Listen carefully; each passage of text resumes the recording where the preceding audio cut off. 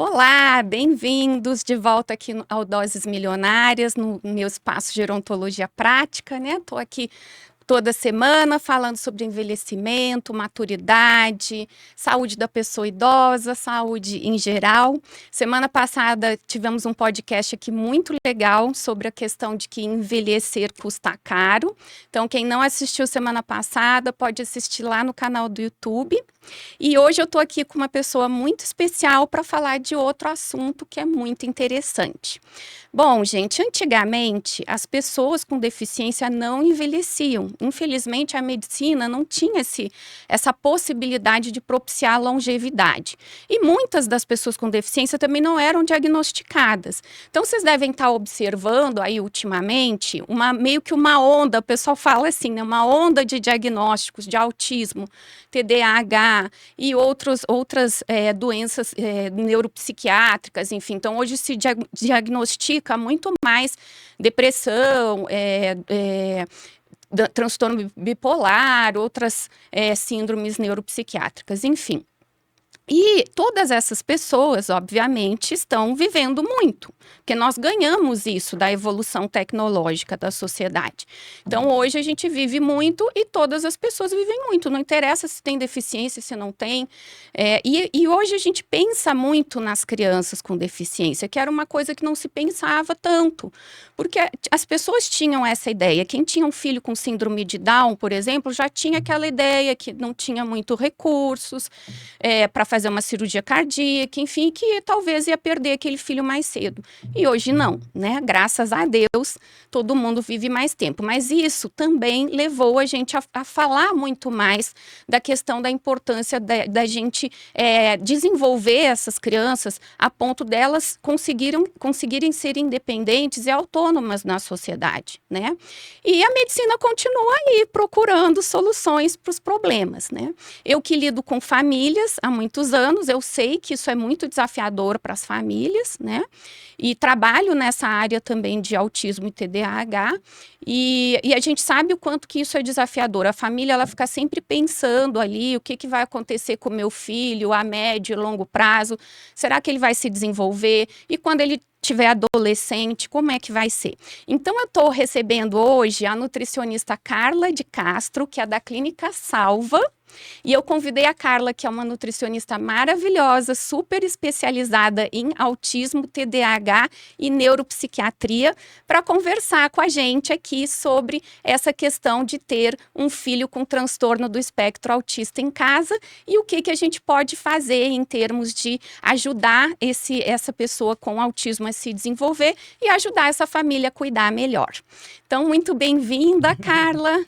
Pode falar um pouquinho de você, da sua clínica. Ju, obrigada pelo convite, é um prazer estar aqui, sempre bom falar sobre esse tema. Eu falo que eu sou uma militante no tema mesmo, então fala que é autismo ou TDAH, eu sempre participo. Então, muito bom ter esse canal aberto e poder falar um pouquinho sobre o meu trabalho. Então, sejam todos muito bem-vindos ao nosso podcast. E eu sou Carla, sou nutricionista, sou especialista em autismo e TDAH, além da trissomia 21. Eu sou da primeira turma de formação de nutricionistas especialistas no transtorno do neurodesenvolvimento do Brasil. Isso tem 4 anos. Então, é um tema que ainda é muito recente, a gente ainda tem muitos tabus, né, sobre a alimentação para o autismo, sobre uma abordagem nutricional para o TDAH, com foco, né, em melhora desse processo cognitivo, melhora comportamental. E eu costumo dizer que a alimentação é base do tratamento do transtorno do neurodesenvolvimento. Como você disse, eu sou proprietária, sou CEO da Clínica Salva. A minha clínica fica aqui na Asa Norte, ali no Edifício Vision, Hotel Vision. E eu atuo lá atendendo tanto crianças como adultos, né? Eu falo que o corte do meu paciente não é pela idade, é pela especificidade.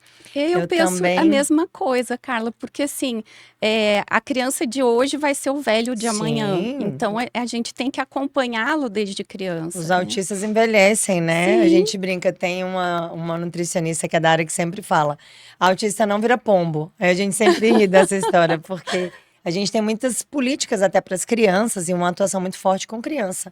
Mas ninguém está olhando para esse adulto e para esse idoso. né? Isso. E a gente tem uma população que está envelhecendo de forma geral. E no autismo, no transtorno do neurodesenvolvimento, assim como no TDAH, também não é diferente. E a depender do grau de suporte desse paciente, ele vai ser um idoso que vai precisar de muito acompanhamento, né? Ele vai precisar da família, ele vai precisar de suporte financeiro, inclusive. Então, é uma questão de saúde pública mesmo, de saúde coletiva. Isso precisa ser discutido junto ao governo, inclusive com projetos e propostas para essa população. Hoje, a prevalência do autismo, dados dos Estados Unidos, do CDC, é de uma criança para cada 36 crianças. É muita, a incidência é muito alta, É muito né? alta. Nos anos 2000, a gente tinha 1 para 150. Em E a gente está 24 tendo anos, uma aumentou onda de muito. diagnósticos em pessoas adultas também, né? Também. Eu até posso compartilhar a minha história, que fui diagnosticada com TDAH depois de adulta. E aí, depois de adulta, eu fui entender várias coisas, várias dificuldades que eu tive na minha infância, por conta do TDAH, e meus pais não sabiam, ninguém sabia, né? E hoje eu consigo super me organizar com as minhas tarefas, né? Eu também sou profissional de saúde, isso facilita, né? E mudei meu ambiente, eu tenho um ambiente especial para mim, onde eu desenvolvo minhas atividades em casa. Eu preciso de um pouco mais de isolamento do barulho das outras pessoas da casa. Então, meu escritório de casa, ele fica longe da casa, ele fica fora da casa. Lá em casa a gente tem 2 escritórios, né? Um que fica dentro e esse que eu fiz lá fora para mim, porque o de dentro eu não dou conta com barulho e tal, com as pessoas passando, enfim. Então, tem essas particularidades, né? Sim. E a gente sabe que as questões tanto da alimentação quanto do ambiente, elas têm sido muito estudadas, né, Carla?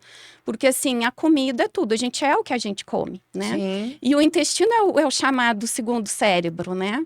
Então, até ano passado, quando eu fui para o Brain Congress, que é aquele congresso internacional de cérebro e comportamento, teve muito trabalho sobre nutrição. E assim, eu fiquei encantada, porque essa questão de que o intestino é o segundo cérebro está cada vez mais reforçada.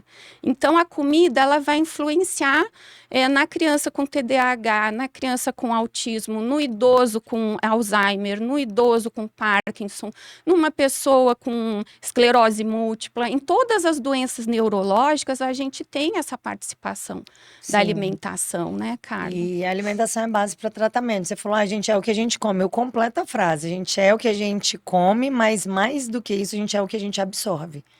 Quem faz a absorção é o intestino. Então, se a gente tem uma população inteira com muitas queixas gastrointestinais, então a gente vai ter uma população inteira com uma predisposição maior para desenvolver os transtornos relacionados à saúde mental. Que interessante isso, né? E de fato, a ciência já provou várias, a gente tem inúmeros artigos que associam o cérebro ao intestino. E a gente tem muito mais informações saindo do intestino para o cérebro, informações aferentes, do que o contrário. Então, é impossível eu ter um paciente com alterações gastrointestinais, e aí vamos falar sobre isso, né? O que são essas alterações? Azia, má digestão, refluxo, um empachamento pós-prandial, aquela dor antes ou após a refeição, constipação alternada com diarreia, resto de comida nas fezes, gases, distensão abdominal. Então, a gente tem uma série de queixas. Desconforto, né, Carla? Sim. E às vezes o paciente ele não consegue expressar isso em palavras. Ele não identifica. Às vezes o paciente tem dificuldade para identificar. Eu pergunto, como é? O seu intestino é bom? É bom porque não, eu faço cocô todo dia. Intestino bom não é o que faz cocô todo dia. Isso é o suficiente, né? Isso é pouco, exatamente, isso é pouco. Então, o que a gente precisa? De um intestino funcional. O que isso quer dizer? Aquele que, de fato, absorve nutriente. Se você está deficiente de qualquer nutriente, você é considerado um paciente desnutrido. A gente associa a desnutrição muito à magreza, né? Desnutrição proteico-calórica. A gente pensa naquelas crianças das comunidades muito pobres, enfim, né? Sem recursos, mas não é sobre isso. Eu tenho um paciente obeso desnutrido. Deficiência de B6, B9, B12, deficiência de vitamina D, de zinco. Isso é um processo de desnutrição. Se o intestino não funciona bem, como é que eu vou absorver os nutrientes que eu estou ingerindo via alimentação ou mesmo suplementação? Isso acontece em todas as idades, né, Em Carla? qualquer humano, É. todos os humanos passam por isso. E as pessoas não sabem. Então, isso que a gente está falando aqui hoje é uma coisa de extrema importância. Sim, Né? As pessoas muito não relevante. sabem, as pessoas são presas ainda àqueles protocolos de dieta muito tradicionais. Eu vejo assim que tem meio que um extremismo nisso, sabe, Carla? Ou a pessoa ela é presa na comida que ela é tradicional e ela não quer mudar, e aí nessa coisa do tradicional é pão no café da manhã, é pão no café da tarde, é Sim. pão de noite, é E não é aquele nem com monte de manteiga, é com glúten. margarina e o copão Pois de é. leite com Nescau. Ou no outro extremo, a pessoa é maluca com essa história do malhar e tomar 500 mil suplementos, e muitas vezes sem ter um profissional Sim, sem acompanhando. orientação. Então, a gente fica com esses dois extremos, e aí a gente vê que mesmo num extremo ou outro, nenhuma dessas pessoas está bem. Né? Porque eu já tive paciente malhado, seguindo dieta rígida, usando 1000 suplementos e que não estava bem, que estava com Sim. depressão. Sim. Né? Então, tem alguma coisa errada no extremismo também. Existe né? um viés, né, da questão da saúde com a beleza. Nem Isso. tudo que é belo é saudável, né? Isso é algo que eu bato muito na tecla. Por exemplo, nem todos os atletas são saudáveis, né? O atleta, ele visa o quê? Ele visa desempenho, resultado. Não estou dizendo que nenhum é saudável, mas muitos não são, né? Leva o corpo ao extremo, né? O extremo do treino, o extremo do cansaço, o extremo de tudo. Se a gente for avaliar os atletas, eles normalmente se aposentam cedo, né? Então, ele leva o corpo ali a um extremo muito grande para ter um desempenho, um resultado, e ele se aposenta cedo. E muitos deles com doentes pós-aposentadoria precoce, Sim. né? Nós temos vários, principalmente a turma do futebol, né? Mas tem outros atletas também Acabam que se estão na ligando mesma... a vícios, né? Exatamente. Então, o belo não necessariamente é saudável, e a gente tem que deixar isso muito claro. Então, quando a gente pensa em saúde, é saúde e qualidade de vida. Eu não trabalho puramente com estética. Então, eu não sou uma nutricionista do Projeto Verão, né? A moça que vem para mim querendo botar o biquíni para ir para a praia, ela não vai ser atendida por mim. Não está com a profissional certa. Não tá no profissional certo. Eu vou encaminhar para outra nutricionista que faz brilhantemente esse trabalho. E é um trabalho que também precisa ser feito, né? Claro. Mas não é a minha linha de atuação. Eu atuo com saúde e qualidade de vida. É possível ter os dois? É. Mas eu prefiro atuar muito mais com essas questões neurológicas e psicológicas do que atuar com a parte da estética. E aí é um nicho, né? Um corte que eu fiz na minha atuação. Interessante que o pessoal que estava fazendo o podcast aqui antes da gente, eles estavam falando justamente disso, né? De atividade física e de saúde mental, porque as coisas, elas são interligadas. Sim. O ser humano, ele é integral. Né? Então, aquilo que você faz de errado com o seu corpo se reflete na sua mente e vice-versa. Né? Então, tem que ter essa visão. Quando você se apega só à questão estética, só ficar olhando no espelho, pensando no colágeno e pensando na cintura, E na né? celulite. E na celulite, às vezes você faz isso, acaba fazendo dietas malucas aí, né? Cai em rascadas, né? Exatamente. Acaba entrando até tomando remédio, adequado. né? Às vezes remédios, fórmulas que não são adequadas, enfim, né? Na terça-feira eu estive na Secretaria de Saúde, participei de uma mesa redonda com um profissional também da área da saúde, um personal, que a gente estava falando exatamente sobre isso, a importância da alimentação e da atividade física para a saúde mental. Não tem como separar. É impossível uma pessoa ter uma boa saúde mental se ela não tem uma alimentação adequada e não faz atividade física. Atividade física já é considerado um tratamento não medicamentoso para os transtornos associados à saúde mental. Para tudo, então, na verdade. Crianças autistas precisam se exercitar, pacientes com TDAH precisam se exercitar. E outros pacientes também, todo mundo, né? Isso vale uma orientação para todos os humanos. Então, a gente precisa sair da inércia, precisa sair desse sedentarismo e a gente precisa entender Mas a que a gente precisa ter alimentação é energia, importantíssimo. né, para sair disso também, né, Carla? Exatamente. Porque, assim, eu trabalho, sou fisioterapeuta de formação, então eu trabalho muito nessa linha do falar muito dessa importância da atividade física e até para a pessoa conseguir interagir com os ambientes, que hoje meu principal foco de trabalho é a ergonomia ambiental, é fazer a adaptação de ambiente residencial, que são aquelas adaptações de acordo com a questão do cliente em si, a necessidade do cliente. Então, se for um idoso, tem particularidade, se for uma criança com TDAH, tem particularidade, se for um adulto com TDAH, se for um idoso com TDAH, tá, gente? Porque tem idoso com TDAH, tem idoso com autismo, que não foram diagnosticados, né? Sim. Então, quando eu faço a entrevista para entender essa lista de problemas aí ambientais do paciente, eu sempre pergunto, claro, né, se está fazendo atividade física, e quando a pessoa me fala isso, que ela está sem energia, que ela não está fazendo, logo já me passa pela cabeça que tem alguma coisa errada com a alimentação. Sim, né? Porque como que um idoso com o abdômen inchado, uma criança pequena que às vezes não consegue expressar, ou um autista que é não verbal, como que você vai levar essas pessoas para a reabilitação se elas estão desconfortáveis para malhar, né? Maior exemplo para isso é quando a gente come uma feijoada. Quem que vai comer feijoada e malhar no mesmo dia? Muito difícil, né? Que é um alimento difícil de digerir. Então, a alimentação ela é de extremo valor, né? E o desconforto do paciente afeta muito a família. Eu sempre falo que a nutrição é base para o tratamento dos transtornos do neurodesenvolvimento. Você pode colocar a criança em 50 terapias. E ela vai render, obviamente, que a terapia tem protocolo, a terapia dá resultado. Mas se essa criança estiver distendida, estiver com dor, estiver constipada, dificilmente ela vai chegar no 100%. Se essa criança tem o intestino modulado, se essa criança está suplementada, se essa criança está bem orientada nutricionalmente, ela vai render muito mais. Então, a criança fica mais calma, ela fica mais responsiva, né? Ela se coloca menos em risco. Eu tenho um curso que chama Mãos Preparadas, que é de prevenção de risco e primeiros socorros para crianças autistas e com TDAH.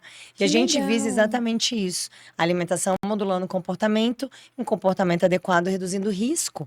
A criança não tem muita noção dos riscos que ela corre. E uma criança autista ou TDAH que não está bem nutrida, que não está bem orientada nutricionalmente, ela vai se colocar em mais risco. Né? Ela oferece para si mais condições de risco. Então, a nutrição atua principalmente nessa área. Por isso que eu falo que é a base do tratamento. Então, quando a gente faz um processo alimentar, uma abordagem nutricional adequada e é absolutamente personalizada, não existe dieta para o autismo, não existe dieta para o TDAH. Eu vou repetir isso 500 vezes. O que existe é uma abordagem individualizada, personalizada, com foco em modulação de intestino, melhora de absorção de nutrientes. Então, uma criança que passa por essa abordagem, ela está muito mais responsiva. Ela vai para a terapia, ela participa, ela de fato está presente. Ela consegue interagir com os outros com um pouco mais de facilidade. A rigidez de comportamento é uma característica muito forte do autismo. A dificuldade de interação social é uma segunda característica muito forte. A escola é um desafio, né, muito Carla? grande. Os coleguinhas, as orientações escolares. É um ambiente diferente, né? Então, às vezes, mesmo que o ambiente de casa ele esteja mais adaptado a essa criança, quando ela chega na escola, não necessariamente está adaptado. E ainda tem o barulho, tem as outras crianças, né? Ambiente então, novo, que ela não conhece. Difícil. Comida diferente, né? Então, eu vejo assim que as queixas das mães, geralmente assim, quando a gente entrevista, começa sempre pela escola, né? Quando é uma criança em idade escolar. Ah, mas na escola tá isso, tá aquilo, enfim. Agora, esse desconforto, né? Ele vai propiciar o surgimento das crises. Então, é como se diminuísse o limite de tolerância para o desconhecido, né? Sim, se é uma criança que está com um problema de desconforto e acontecer alguma coisa, alguém tirar uma foto com flash, uma criança empurrar ela, alguém gritar, ela tem muito mais chances de entrar numa crise, né? E até se autoagredir, se colocar em perigo, como você falou, ou agredir outras crianças. E aí vem essa imagem ruim que as pessoas fazem do autista, né? Perfeito. Que tem o medo do autista, que é uma coisa horrível, agressivo, né? Não é. Vou repetir 1000 vezes também. Não é. Toda vez que eu escuto isso, eu fico irritada. A agressividade não é do autismo. A agressividade ela é uma reação à dor. normalmente ou queixas gastrointestinais associado ao intestino, ou dores de cabeça, por exemplo, mas pode ser uma otite. Aí a criança é não verbal, ou tem uma fala não funcional, ela tá com dor, tá tudo incomodando, o ambiente incomoda. A forma como ela tem de reagir é com agressão, muitas vezes. Ou ela joga as coisas no chão, ou ela se autoagride, ou ela agride o outro. Então, fica com esse estigma, né? Com esse preconceito E as de mães que o autismo é sofrem. agressivo. As mães sofrem tanto com Sim, isso porque isso aumenta a exclusão, né? total. Então, é aquela criança que vai ficar no canto porque às vezes as outras crianças ouviram as mães fazendo esses comentários, né? Ah, é agressivo, ah, fica longe dele. Isso aumenta a exclusão, Com certeza. né? E assim, isso é ruim para toda a sociedade, porque o que nos diferencia enquanto seres humanos justamente é que somos todos diferentes uns dos outros, né?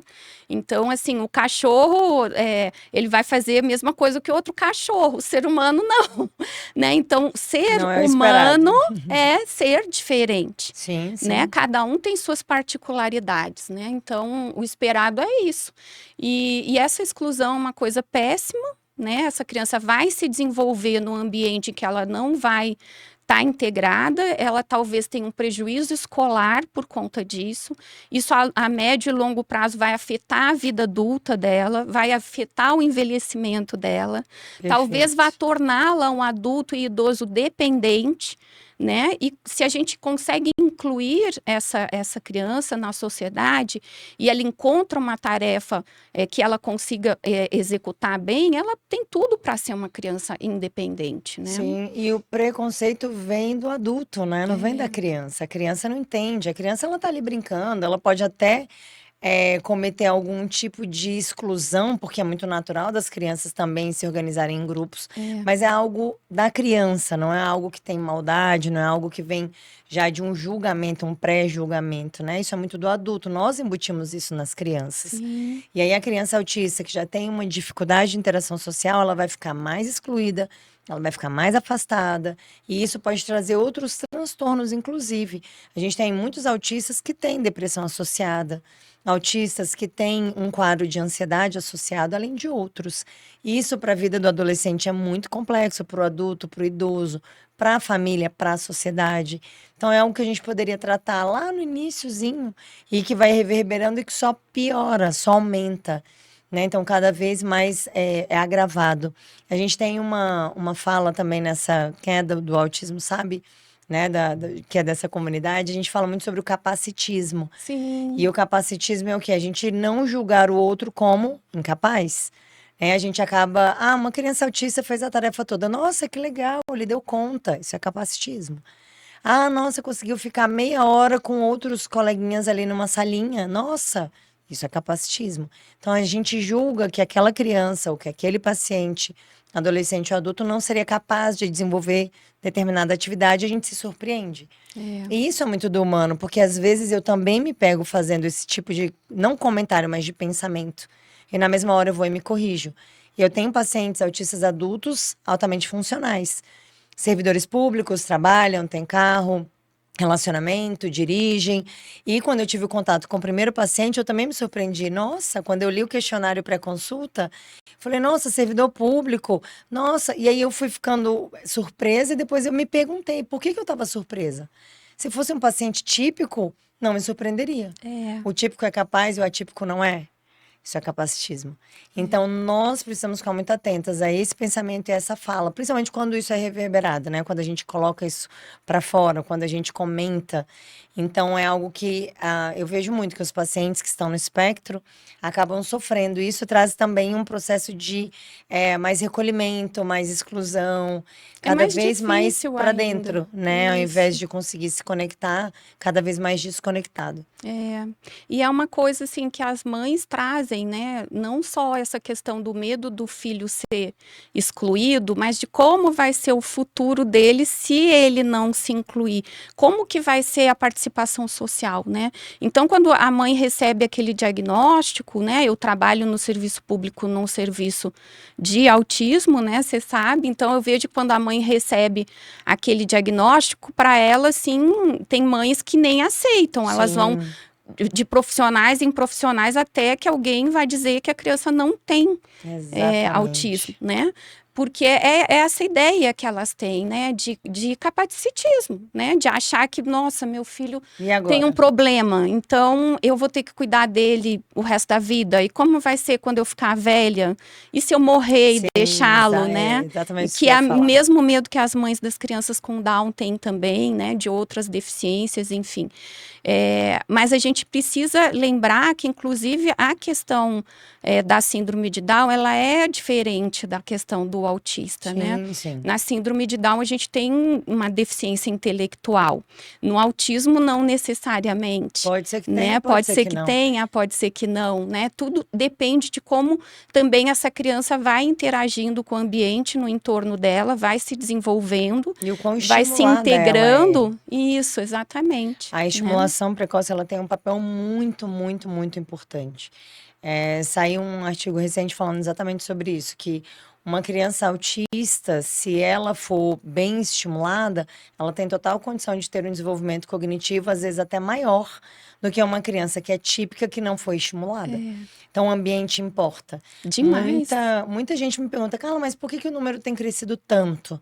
Né? Por que em 2000 era 1 para 150, em 2024 é 1 para 36? Duas causas principais, genética e ambiente. O ambiente importa. Então, cada vez mais industrializados, cada vez mais poluição, cada vez mais bebidas açucaradas, cada vez mais tela, químicos. Criança isolada na tela, né? E aí, cada vez mais trabalho, mais estresse. Então, as pessoas têm entrado, os pais e as mães têm entrado num processo gestacional já com quadro inflamatório.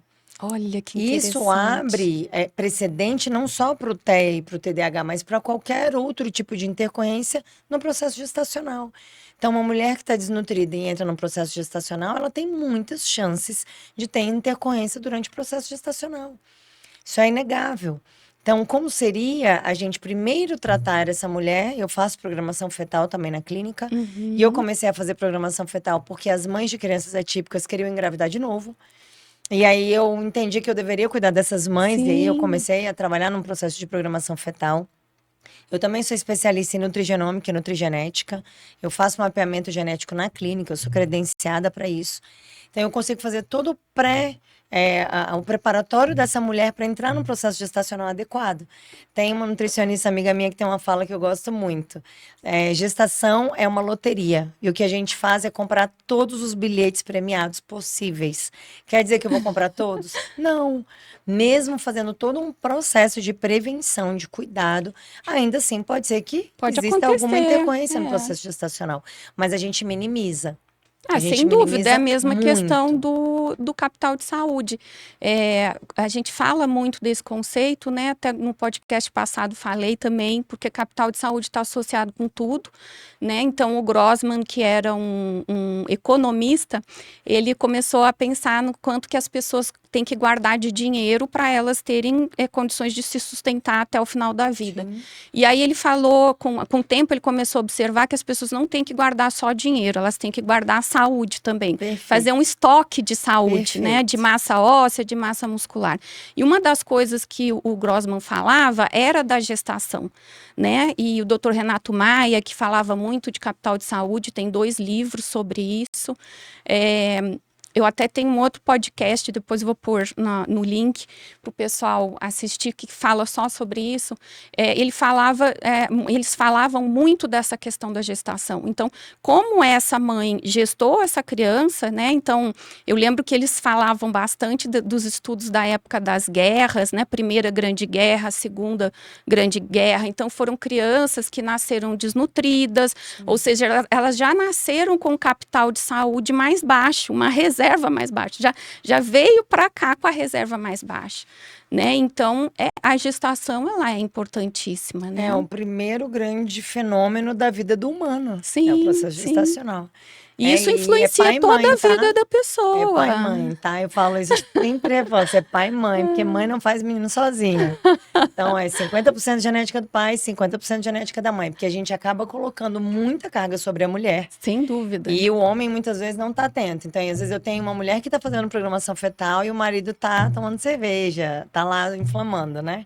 Nada contra o chopp nem a cerveja, mas, né, temos que ter os devidos Vamos se cuidados. planejar. Então, um processo de planejamento gestacional requer atenção tanto do pai como da mãe.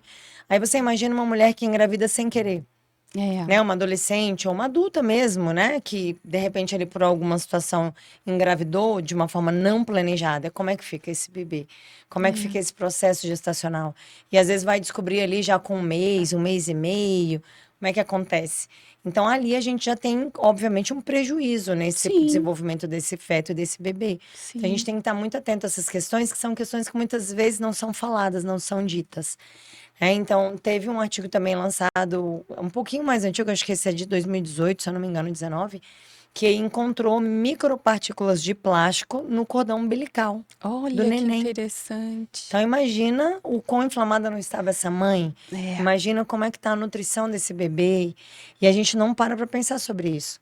Por exemplo, uma garrafinha de água de plástico que a gente pede no restaurante. Como foi feito o transporte dessa água? Será que não aqueceu demais esse plástico? Exatamente. Né? Porque quando aquece, solta partículas, Sim, né? a gente Eu tem vejo os muito BPAs. gente colocando plástico no micro-ondas, Até né? hoje. Eu tenho ataque com Até isso. hoje Às a vezes gente as vê isso. funcionárias lá em casa colocam, eu jogo fora a comida. Eu tenho ataque com isso. Porque, assim, é uma coisa horrorosa. Você imagina aquele calor enorme do micro-ondas ali com aquele plástico, tudo aquilo vai para a sua comida. Ju, eu tenho quase 20 anos de formada. E na faculdade, a gente já ouvia isso. Não pode aquecer 20 anos e as pessoas continuam fazendo. É E aí surreal. tem o Alzheimer, e a alta incidência de Alzheimer, total. né? De várias doenças neurológicas, né? Sim, com certeza. Então, quando a gente não cuida, gente, saúde, né? Voltando ao que você falou do capital social, saúde é uma questão, o autocuidado é uma questão social. Sem dúvida. Se você não fizer, alguém vai fazer. Você vai onerar alguém, seja financeiramente, seja emocionalmente, seja ali no cuidado diário. Um idoso que tem questões importantes de saúde, ele onera a família. Sem dúvida. Aliás, Como isso foi a isso vida é um pregressa gancho. desse idoso? Será que ele se cuidou, não se cuidou? Nós que estamos, né, aí na fase dos 40, 30, 40, a gente tem que entender que é um momento muito importante, um momento ímpar para a gente cuidar da nossa saúde. Como é que tá a poupança? Não adianta falar que não quer dar trabalho para o filho, né? E que eles falam muito isso, né? Ah, eu não quero mudar minha casa, eu não quero mudar minha vida, eu não quero fazer atividade física, não quer nada. Mas aí eu olho e pergunto, mas você quer dar trabalho para o seu filho? Eu falo, não, então vamos essa conta repensar. Não fecha. Deixa eu contar que essa conta não fecha. Se você não fizer, alguém vai fazer. Eu falo muito sobre isso, que eu atendo idosos também. Né? Eu sou especialista também em neuropsiquiatria, então ansiedade, depressão, burnout, Alzheimer, Parkinson. Todos os transtornos associados ao envelhecimento, eu também atendo na clínica. Os casos de Alzheimer têm acontecido com muita frequência em pessoas mais jovens. Nossa, demais, cara. Então, tem paciente com Alzheimer com menos de 60 anos. Eu tive uma paciente diagnosticada recentemente com 51. A gente sabe que tem Alzheimer precoce, né? Quando a doença foi descoberta, inclusive foi numa pessoa mais jovem. Só que isso era muito mais raro do que é hoje em dia. Sim. Né? E o fator genético, gente, importa, mas ele é mais ou menos 30%. Exatamente. 70% é ambiente. O que você está fazendo com o seu ambiente? Porque as pessoas têm mania de fazer o seguinte: a culpa é minha, eu boto em quem eu quiser. Boto na genética. Ah, não, a família inteira tem Alzheimer, a família inteira é obesa, a família inteira tem diabetes. Mas não está fazendo nada para mudar isso. Para ser diferente. A genética, ela é preditiva. Então, se eu fizer uma fila com 100 pessoas, eu estou um passinho à frente. Mas aquilo que eu faço com a minha saúde muda a minha epigenética. Genética não muda. A genética com 8, com 80 anos é a mesma coisa. Tanto é que a gente faz um mapeamento genético num humano. Eu tenho meu mapeamento genético, se eu fizer ele, eu fiz ele há anos atrás, se eu fizer ele hoje, ele vai ser exatamente igual. A genética não muda. O que muda? A expressão dos genes. Sim. E como é que eu mudo a expressão dos genes? Epigenética, a escolha. Eu vou me alimentar bem, eu vou comer um fast food. Eu vou ficar no Netflix aqui, no controlezinho, ou eu vou para academia? Eu vou tomar água ou eu vou tomar uma bebida açucarada, um refrigerante? Qual é a minha escolha? Epigenética.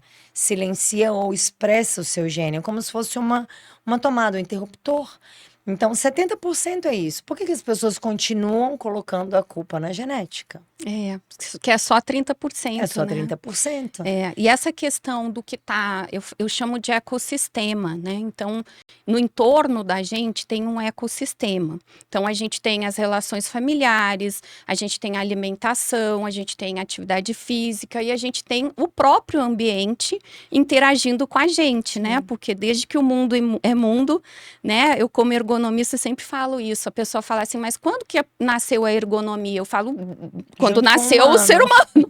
Porque quando não tinha mobília, a gente interagia com a árvore, com a terra, com a As caverna, pedras, né? Depois as criou plantas. instrumentos rudimentares, enfim, né? Aqueles, na idade da pedra, enfim, aquelas coisas todas, depois da descoberta do fogo, da roda. Então, a gente sempre interagiu com o ambiente. Então, é um conjunto influenciando sobre a sua saúde, né? E muitas vezes eu vejo, Carla, que as pessoas não têm essa noção do ecossistema, né? E aí, às vezes, não se atentam para que certas mudanças sejam feitas, né? Hoje se fala muito em respeitar a pessoa com autismo, né? Então, eu vejo, assim, os pais colocando aquele protetor, né, no ouvido, no restaurante, enfim. Eu entendo. Mas como ergonomista, eu também entendo a necessidade dos ambientes propiciarem para essas pessoas situações melhores, né? Sim, Então, isso é assim, talvez inclusão, ter né? exatamente, talvez ter uma mesa um pouco mais afastada, menos barulhenta, né? Você não vai colocar uma pessoa com autismo sentada numa mesa de frente para o cara que está tocando música, Sim. Ou na né? porta, onde passa a gente Exatamente. toda hora, ou perto de uma brinquedoteca que tem muito Isso. barulho. E aí a escola, eu vejo que na escola tem essa dificuldade, e em casa, às vezes, os pais também não sabem que em casa eles podem melhorar isso. Uma das principais queixas das mães que eu vejo é o negócio da tela, né? Do celular ou do iPad ou da televisão. E a gente que é profissional, a gente fica falando, olha, para o seu filho se desenvolver, você tem que tirar ele da tela. Sim. Ele tem que interagir com o ambiente. O autista, ele é hipersensível, não é? Ele é todo hipersensível, né? Então, ele é sensível ao barulho, ele é sensível à comida que é colocada na boca, ele é sensível à roupa. Tem criança autista que fica muito tempo sem roupa. Você tem que fazer todo um trabalho de dessensibilização para que ele aprenda a usar roupa, né? Tem muitos que ficam só de fralda até uma idade maior, né? Então, e aí as pessoas, às vezes a residência não está propiciando estímulo suficiente para essa criança sair da tela. E nem para ela trabalhar essa hipersensibilidade, né? Então, lá no serviço público que eu trabalho, a gente começou a falar em jardim sensorial, né? Nessa coisa de criar um espaço com pedrinha, com grama, enfim. Uma outra queixa comum é a criança andar na ponta do pé, não aceitar calçado ou querer usar sempre o mesmo calçado. Então, a gente propiciar esse estímulo para ela poder sair da tela, né? E aí, saindo da tela, ela vai conseguir prestar atenção no que ela come, ela vai diminuir a questão da seletividade alimentar, ela vai aprender a lidar com sensações diferentes para que ela consiga se integrar na sociedade, né? Esse é um ponto bem importante que vale reforçar. Essa sensibilidade muitas vezes é um transtorno do processamento sensorial que pode estar muito associado às crianças autistas, não necessariamente em todas.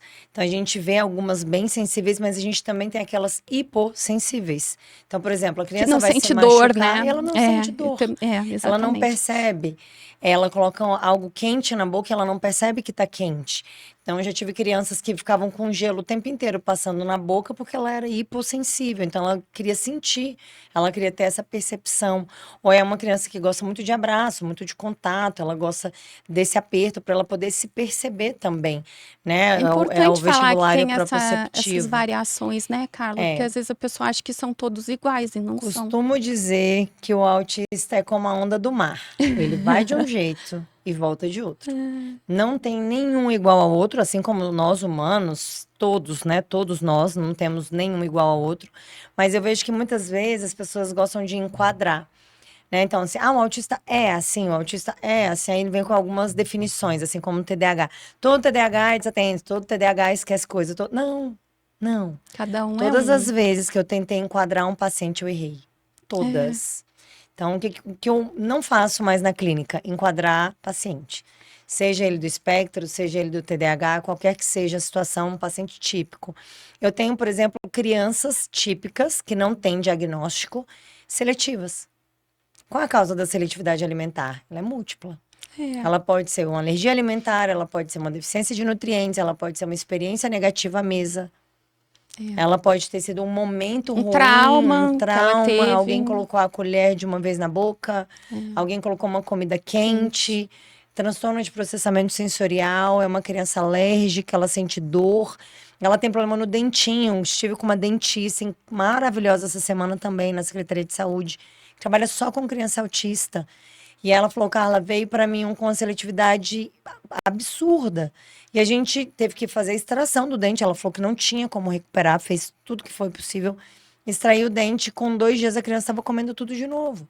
Então, não tem uma causa específica, não tem um tratamento específico. Existem pessoas e pessoas, transtornos e transtornos. Então, essa individualidade, ela é extremamente importante. E a dieta, E- ela tem que ser para aquela pessoa, né? A mesma coisa que o Exatamente, ambiente. personalizada, A específica. mãe me pergunta, mas como que eu devo preparar o ambiente? Às vezes numa palestra, num local que tem várias mães com autistas diferentes, né? E todo mundo tem essa ideia de que precisa disso, precisa daquilo, e não é bem assim, né? Tem autista que precisa de um Exatamente. ambiente mais colorido, tem autista que prefere um ambiente mais aconchegante, com uma luz amarela, com menos cores, Perfeito. né? E precisa, às vezes, de um pouco mais de isolamento para poder estudar, né? Que é importante a gente falar que tem algumas crianças com TEA que tem TDAH junto, né? Diagnóstico, tem tudo, gente, tem tudo de tudo. Exatamente. Autista com TDAH. Eu tenho um paciente autista com T21, que é a síndrome de Down. Acontece. A gente vai ter autista com depressão, a gente vai ter TDAH com ansiedade, que é a comorbidade mais associada ao TDAH. Saíram estudos recentes também associando o TDAH com a bulimia, principalmente em mulheres. Muito Então, interessante. um estudo bem recente, né, trazendo aí os transtornos alimentares associados ao transtorno do neurodesenvolvimento. Não tem receita de bolo. Trabalhar com a tipicidade é entender que cada um é um. E a escutativa é o melhor caminho. Exatamente. Eu, na clínica, por exemplo, já trabalho com uma IA que transcreve toda a minha conversa para eu olhar no olho. Eu faço 2 horas de consulta e são 2 horas de escutativa. Eu participo, de fato, da vida daquele paciente. Eu entendo aquele processo, eu entendo aquela mãe. Eu pergunto para mim como é que é o intestino dela, para eu conseguir entender aquela criança autista. Não causa, porque ninguém está procurando a causa, nem culpado, nem tem isso. Mas para entender a lógica daquele paciente, para entender o que pode estar por trás daquele autismo. A gente precisa investigar. Nem tudo é autismo, nem tudo é TDAH. Às vezes o autismo é um pedacinho só. Mas a gente coloca tudo na conta do autista. Chorou, comportamento inadequado, agressividade. É autista, deixa. E o tanto de diagnóstico errado que tem também, né, gente? Da mãe, às vezes, entrar no Google e ela achar que e depois, às vezes, ela ser um pouco, como é que eu vou dizer, enviesado aquele depoimento que ela vai dar, às vezes, para o profissional, né? E o profissional acaba concordando, e às vezes não às vezes é outro problema, às vezes é TDAH, às vezes não é nada, às vezes é um problema psicológico, enfim, né? Então, é importante essa escuta. Um processo de desnutrição mais grave pode trazer sintomas de TDAH. Hoje em dia, o que eu mais recebo eu acho que eu tenho TDAH. E eu não... Como é que você come? Eu sou uma profissional que não discorda muito de diagnósticos. Eu acho que os critérios de diagnósticos, eles são muito claros. Sim. Então, se o profissional estudou, se o profissional ele se coloca no mercado como um especialista, eu entendo que ele sabe fazer um diagnóstico. Então, eu prefiro não questionar os diagnósticos, mas muito mais os pacientes que acham que tem sem ter. Então, eu recebo muito adulto, às vezes ansioso, que é muito comum. Consultou o doutor Google, né? E aí, cara, eu acho que eu tenho um TDAH. Porque sabe que eu trabalho com TDAH, então já chega assim, acho que eu tenho um TDAH. E aí eu falo para o paciente, vamos lá, vamos fazer uma investigação. Obviamente, a minha investigação é nutricional, nutricionista não dá diagnóstico, né? TDAH, nem autismo, nada disso. Né? Quem faz isso são os profissionais da área da saúde que são capacitados. Então, eu sempre começo, como é que tá o intestino? Ah, meu intestino é péssimo. Então, seu TDAH, que não é um TDAH, é sintomas de, pode estar aí no seu intestino. Aí eu vou, organizo a alimentação, modulo o intestino, suplementa. Na próxima consulta, o paciente fala, nossa, melhorei muito.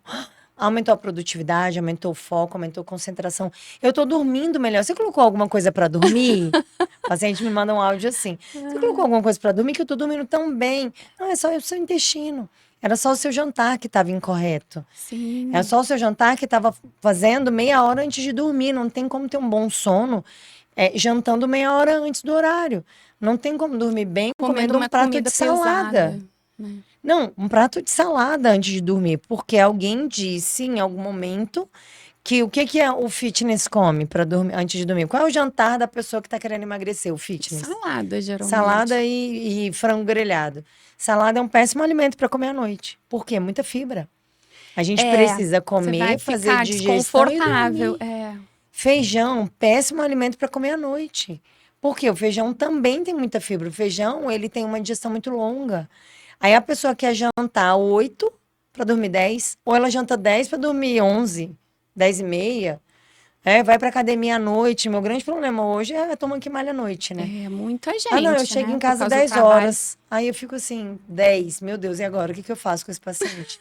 Vai comer antes ou depois? Como é que funciona? E aí, vai jantar? Vai jantar o quê? Que horas que vai dormir quem chega da academia 10 da noite? E eu entendo que tem pacientes que a única possibilidade que ele tem é essa. Né? O mundo da Alice é da Alice. Eu brinco que o mundo maravilhoso é da Alice, não é nosso. Mas é um desafio. Você chega em casa da academia 10 horas da noite, como é que você janta para dormir? Você vai jantar e dormir na sequência. O que tem no seu jantar? Isso vai influenciar o seu sono. Uma noite mal dormida, primeiro, atrapalha o processo de detoxificação hepática, que acontece no período da noite, e também o nosso processo de recuperação neural. À noite a gente tem a atuação de um neurotransmissor chamado acetilcolina. Ele vai atuar no processo de aprendizado. É como se fosse um recall ali neural, né? A gente vai fazer, como é que a gente no vai outro gravar, dia vai aprender na escola, né? a gente vai gravar aquilo que a gente viu, que a gente leu, que a gente ouviu, aquilo que a gente estudou. Você vai gravar, aprender aquele conhecimento. Não é sobre inteligência, é sobre aprendizado. E aí, no outro dia, você lembra de tudo que você viu, de tudo que você leu. Uma noite mal dormida te traz mais cansaço. Você acorda com mais vontade de comer, normalmente, alimentos mais açucarados. Imagina uma criança que dorme mal. Crianças devem dormir por volta de 8 horas da noite. Que é quando eu tenho o essa é primeiro uma queixa pico também bem de complicada melatonina. das mães, né? A dificuldade para dormir. Sim. Carol, será que dá para colocar uma imagem aí do jardim sensorial ou tá complicado hoje? Você não tem? Bom, gente, o que é? Então, vou explicar. A gente está com um probleminha aqui, não vamos conseguir colocar a imagem, mas é fácil da gente entender, gente. O que é um jardim sensorial? É a gente fazer a pessoa experimentar coisas com a sensibilidade, né? Então, coisas que ela possa tatear com as mãos, quando ela possa... diferentes estímulos táteis para os pés, né? Então, que ela possa ficar descalça, né? E as pessoas idosas geralmente têm preconceito, né? De andar descalço. E aí, quando eu quero colocar eles descalços na grama, no jardim sensorial, eles falam, ai, mas eu não gosto de ficar descalço. E é super saudável. Então, dos motivos pelos quais eu comecei a fazer jardim sensorial e intervir no ambiente foi essa questão do sono. Porque, assim, a mãe fala, meu filho não dorme, né? A filha fala, eu tenho que dar remédio para minha mãe, porque senão ela não dorme. Idoso já toma um monte de remédio, Sim, né? a maioria só que a gente são tem que... polimedicados. Exatamente. Só que aí você vai ver os hábitos, você vê por que os remédios foram se somando, né? Sim. Tanto das crianças quanto dos idosos. E aí, muita tela prejudica o sono. E o que criança e idoso faz antes de dormir? Fica na tela. Fica no iPad, idosos ficam na TV e depois eles vão dormir. Como que eles vão dormir, né? Então, se você tiver um ambiente na sua casa que dê para fazer alguma atividade manual, alguma coisa diferente com essa criança ou com esse idoso, vai melhorar esse sono. Agora, a criança e o idoso não vão conseguir fazer essa atividade se estiverem desconfortáveis. Então, não dá assim, a pessoa... Eu sugiro que faça alguma coisa, né? Vamos trabalhar a sensibilidade flexibilidade. Então, depois do jantar, vocês podem brincar com um brinquedo que tem textura diferente, né? Ou podem ir para o quarto da criança quando eu arrumo o quarto para brincar, para brincadeira e tal.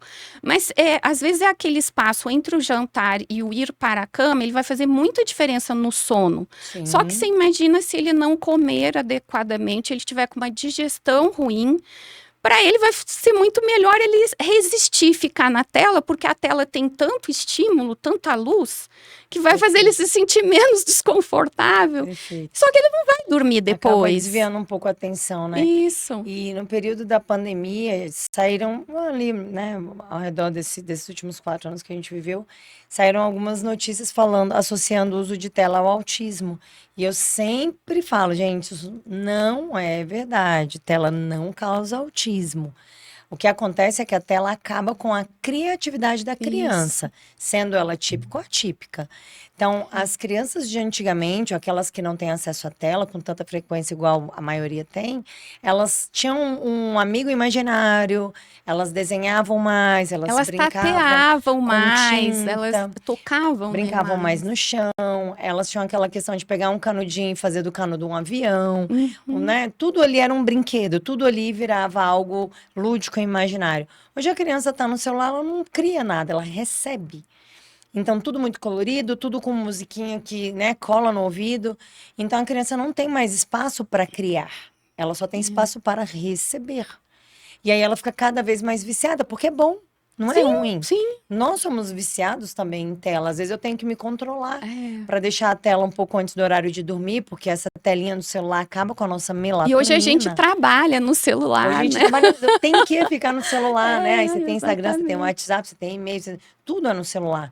Então virou um instrumento de trabalho. Mas a gente tem que colocar regras, principalmente para as crianças, pensando em criatividade. Então é uma época que elas estão tendo contato com o meio ambiente, contato com o outro, que elas estão aprendendo, que elas estão percebendo, inclusive as texturas. Ah, isso é mais liso, isso é mais áspero, isso aqui é mais Descobrindo quente, isso aqui é mais refúgio, gelado. né? Eu sempre falo assim Ela tá que a percebendo criança... o ambiente, aí ela não faz. Ela só exatamente. recebe. Aí você tem crianças mais irritadas, você tem crianças mais chorosas, aí parte para o Apáticas, adolescente, fica piora. apático. Você tira o celular, a criança já não sabe o que fazer. E aí, se você vai para a adolescência, isso piora. Aí começam os amigos, começam as comparações, começa a ansiedade. A gente está com um quadro enorme de adolescentes ansiosos, como nunca teve. Que Né, os coisa, quadros, inclusive, de suicídio entre adolescentes. Então, tudo isso tem trazido muitos prejuízos. Não é que a tela causa nada, não. Mas a tela tira a gente de uma realidade. E uma criança tão pequena que precisava ter estímulos, né, ali, sensoriais, estímulos educacionais, por isso que a gente fala da estimulação precoce, né, em crianças atípicas. Aí as crianças típicas e as atípicas estão lá no celular. Porque é a hora que acalma. E não é uma crítica às mães, porque às vezes é o recurso que se tem. Mas a gente tem que principalmente ter nas de baixa consciência renda, disso. né? Que tem essa dificuldade. E aí, quando eu proponho essas mudanças no ambiente, deixar esse ambiente mais ergonômico, né? Mudar, tirar o pé da cama, deixar essa cama no chão, porque se é uma criança pequena, é importante ela poder entrar e sair dessa cama com liberdade, autonomia. com autonomia, enfim. E aí as mães falam assim: ah, mas brinquedo é muito caro. Se eu for na loja de brinquedo, eu não tenho dinheiro para comprar. Só que o brinquedo, ele é caro, entre aspas, porque você já viu que criança, ela pode estar com o brinquedo mais caro na mão, mas se der uma garrafa PET na mão dela, ela vai gostar mais que o brinquedo. Sim, total. Você O controle colocar remoto é o arroz dentro, preferido. colocar arroz dentro da garrafa PET. Então, assim, não necessariamente mudar o ambiente no quarto ou na residência para criar um ambiente de refúgio, que muitas vezes na crise é o que a criança precisa, né? Ir para aquele momento, aquele ambiente de refúgio para ela retomar o controle, né? Não é só para rico, né? É possível a gente criar esse ambiente com a participação dos pais e usando materiais recicláveis, né? Precisa de orientação e um profissional que saiba, né, Ju? Essa é a questão. Eu falo que não tem como a gente ir atrás daquilo que a gente não conhece. Sem dúvida. Não tem como. Então, a mãe, os pais, a família típica, o que eu mais vejo é que falta informação. A primeira pergunta que eu faço para as famílias atípicas que me procuram é: o que você sabe sobre nutrição? Porque aí eu consigo colocar, como todo mundo diz, na mesma página, né? Eu consigo alinhar o conhecimento. E as respostas são variadas. Tem mãe que já pesquisou tudo, ela tem tudo solto, né? Ela não consegue juntar muito bem as informações, mas ela já pesquisou. Tem mãe que não sabe nada, tem mãe que veio indicada por alguém, tem mãe que me viu em algum lugar, por isso que me procurou. Mas não tem como a gente procurar aquilo que a gente não conhece. A desinformação ou a falta de informação é muito grande. Então, cabe a nós, né, divulgarmos cada vez mais o seu papel, o seu trabalho, que é belíssimo, lindíssimo, junto a essas crianças, para trazer mais conforto, para trazer um lugar ali seguro, né? A criança autista, ela precisa de previsibilidade. Isso. Se ela sabe onde é que ela vai para ela se acalmar, ela vai direto naquele lugar. E se ela não tem aquele lugar? Onde é aquele lugar? Tem criança que na crise não quer abraço, nem o da mãe. Mas se ela tiver um lugar onde ela vai encostar e ela vai se sentir segura, ela consegue se acalmar sozinha muitas vezes. Né? A questão sensorial é extremamente importante. Mas se a mãe não sabe que existe esse serviço, ela não procura. Se a mãe não sabe que a alimentação é base para o tratamento, ela também não me procura. Então, o nosso trabalho, enquanto multiplicadoras de conhecimento, além de profissionais da área da saúde, é levar para as famílias esse conhecimento. Né? Então, é um trabalho que eu faço, que eu tenho feito nos últimos anos com muita força, exatamente isso, divulgar a nutrição no autismo e, no seu caso, divulgar essa parte da ergonomia dos ambientes adaptados para essas crianças também. E é muito legal, né? Você vê assim que a gente consegue mudar a vida das famílias, porque às vezes são famílias que estão naquela coisa do tratamento ou medicamentoso, ou num tratamento às vezes muito tradicional que está muito pobre, não está resolvendo, ou crianças que são hiperestimuladas, que a gente vê muito, né? Você pergunta, né? O que a criança faz? Ela faz fono, ela faz psicologia, 20 ela horas faz de não sei o terapia quê. semanal. Pois é. E tá dando tudo errado, ou assim, ela teve muito pouco progresso, e aí a mãe pergunta para mim, deve perguntar para você também, eu não entendo, porque ela faz tanta coisa, eu tô vendo que tá indo tão devagar, né? Mas é porque os pilares desse neurodesenvolvimento não estão sendo trabalhados, que é justamente comida Perfeito. e ambiente Perfeito. e organização, né? Organização falo muito sobre isso dessa sistemática de não cuidado. Não adianta colocar a criança 20 horas de terapia semanal se ela está com dor. Ela não vai conseguir sentar, ela não vai conseguir ouvir, ela não está responsiva, ela não está aberta para aquilo. Ela não tem condição de responder a uma terapia. Vamos pegar no lápis, vamos desenhar, vamos fazer um exercício com a boca, vamos pensar em terapia alimentar, né? Que é feito também, que é uma indicação que a gente tem muito grande para as crianças autistas com seletividade alimentar. Nem todas precisam de terapia, mas muitas precisam. Então, eu faço encaminhamento também para terapia alimentar. Eu não faço terapia alimentar, mas eu encaminho para as colegas que fazem. E aí, manda a criança para terapia alimentar, a criança está com dor. Que tipo de aproximação que essa criança vai ter com um alimento que ela não gosta, que ela não está preparada, que ela tem uma repulsa, se ela está com dor? Ela já não está bem. Aí você ainda vai trazer um alimento que ela... É a última coisa que ela gostaria de ver, ou de ter, ou de se aproximar, era esse alimento. Então, tratar esta criança antes, a parte intestinal, suplementar, corrigir deficiências, investigar alergias alimentares e tantas outras comorbidades que podem estar associadas é extremamente importante. Até para otimizar o tratamento. E recurso também. Na verdade, para todo mundo, né, Carla? Eu mudei muito a minha alimentação depois do diagnóstico de TDAH e eu falo que a minha vida mudou, né? Porque eu realmente excluí da minha dieta algumas coisas que eu não sabia, né? Eu não sou da área de nutrição, então não sabia que estavam me fazendo mal. E a minha qualidade de vida melhorou. Então, a gente muda a vida das pessoas, né? Mas tem essa coisa, né? É preciso falar sobre isso. A gente vai fazer aquela live, eu vou avisar todo mundo lá no Instagram. Carla vai avisar no Instagram dela. E a gente vai fazer uma live falando de novo sobre essa questão. Vamos fazer uma live de autismo, uma de Alzheimer, enfim. Porque o comportamento, ele é bastante influenciado pelo ambiente e pela alimentação. Sim, né? completamente. É a base de tudo. Completamente. E eu falo assim que o remédio, ele é necessário em alguns casos. Não tem problema você tomar remédio se você realmente precisar, né? Se realmente tiver indicação, tudo bem. Mas se você não tiver precisando e tomar, aquilo vai te fazer mal, você vai tomar outro remédio para para o efeito colateral daquele, aí depois vem outro, né? Por isso que muitos idosos são polimedicados. Sim, é uma síndrome geriátrica, né, a polifarmácia. Quando falta um gestor de saúde, que muitas vezes é o geriatra que vai fazer isso, ele toma um para dormir, um para acordar, um para fazer, um para desfazer. E aí você vê aquele tanto de remédio, um interagindo com o outro e o estômago já acabado, porque não aguenta tanto fármaco. Mas você não tem um gestor da saúde. Você não tem um médico que vai olhar para ele como um gestor de empresa mesmo, que olha e fala, não, peraí, isso aqui não precisa, isso aqui corta, isso aqui coloca. Então falta isso também, esse olhar também para os pacientes idosos, esse olhar mais integrativo. A gente tem melhorado muito a nossa abordagem, como medicina, como nutrição, mas a gente ainda tem um longo caminho pela frente. Exatamente. Então, gente, estamos chegando no fim, já passou aqui voando o nosso... Meu Deus, 1 hora de bate-papo. E vai voando, né? Passa voando. Mas a gente vai estar marcando essas lives, e aí eu vou avisar pelo meu Instagram, que é o @doutora Juliana Gai. E acho que está aparecendo aí na tela, @DRA Juliana Gai, com I no final.